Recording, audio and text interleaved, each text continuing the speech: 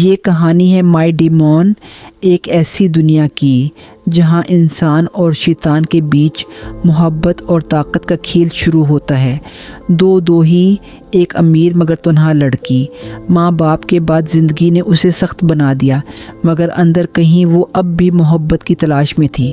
اور دوسری طرف یانگ گو وون، 200 سال پرانا ایک ڈیمون جو انسانوں سے معاہدے کرتا ہے، ان کی خواہشیں پوری کرتا ہے، مگر بدلے میں ان کی روح لے لیتا ہے۔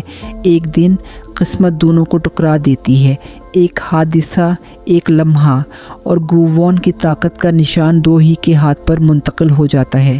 اب وہ دونوں ایک دوسرے کے بغیر ادھورے ہیں۔ گووون اپنی طاقت واپس لینے کے لیے دو ہی کے قریب رہنے پر مجبور ہے، اور دو ہی اپنے دشمنوں سے بچنے کے لیے اسی ڈیمون کے ساتھ ایک معاہداتی شادی کرتی ہے۔ پہلے نفرت تھی، پھر مسکراہٹیں، اور پھر وہ لمحہ آیا جب ایک شیطان انسان کے لیے دل ہار بیٹھا۔ مگر کہانی یہاں ختم نہیں ہوتی۔ گووون کو احساس ہوتا ہے کہ ان کی روحیں ماضی میں بھی جڑی ہوئی تھیں، ایک ایسی زندگی جس کا انجام بہت دردناک تھا۔ جب راز کھلتے ہیں تو دو ہی کو پتہ چلتا ہے کہ اس کے والد نے کبھی گووون کے ساتھ معاہدہ کیا تھا، اور آج اسی معاہدے کا سایہ اس کی زندگی پر ہے۔ آخر میں محبت اور قربانی کے بیچ ایک فیصلہ کرنا پڑتا ہے۔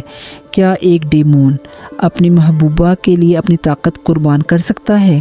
کیا ایک انسان مافوق الفطرت محبت کو قبول کر سکتا ہے؟